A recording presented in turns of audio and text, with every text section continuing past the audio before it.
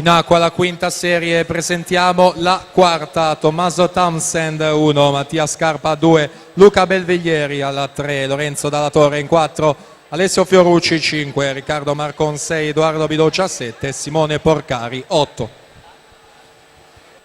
È stato ritrovato il cartellino dell'atleta Alessio Balbinot, società Piave Nuoto disponibile alla postazione microfonica.